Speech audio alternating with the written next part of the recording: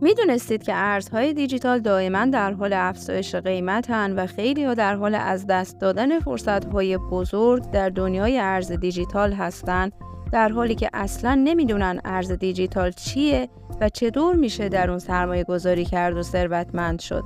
در این ویدیو به 5 مزیت ارز دیجیتال اشاره میشه که دونستن مورد پنجمش باعث میشه که خودتون رو ملزم به یادگیری ارز دیجیتال بکنید.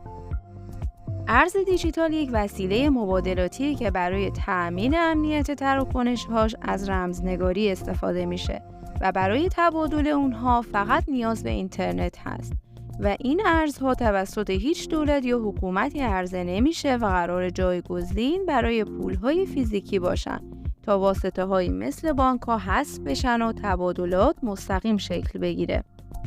در سال 2009 یک برنامه‌نویس کامپیوتر به اسم ساتوشی ناکاموتو اولین ارز دیجیتال دنیا یعنی بیت کوین رو اختراع کرد. بعد از اون ارزهای دیجیتال بعدی به عنوان آلت کوین ایجاد شدن تا معایب و مشکلات بیت کوین رو حل کنند. اکثر ارزهای دیجیتال از طریق ماینینگ یا استخراج تولید میشن.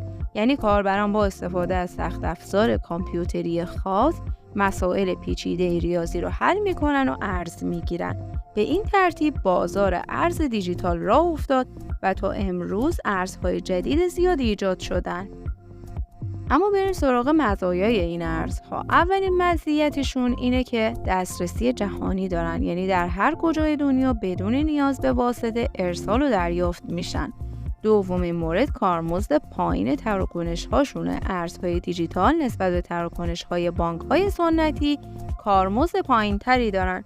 و سومین مورد تنوع سبد داراییه. این ارزها ابزار عالی برای تنوع بخشیدن به سرمایه گذاری شما هستن و به بازار سهام هم هیچ وابستگی ندارن. قبل از بیان مورد چهارم و پنجم لطفاً این ویدیو رو لایک کنید.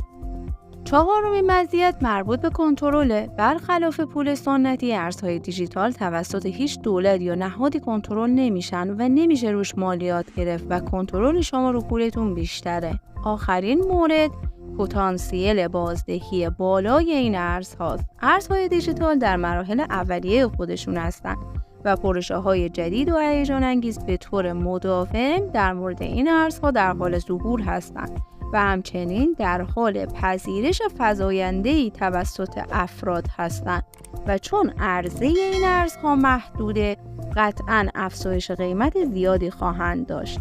اگه میخواید بدونید که چطوری سرمایه گذاری روی این ارزها رو شروع کنید، ویدیو بعدی رو ببینید.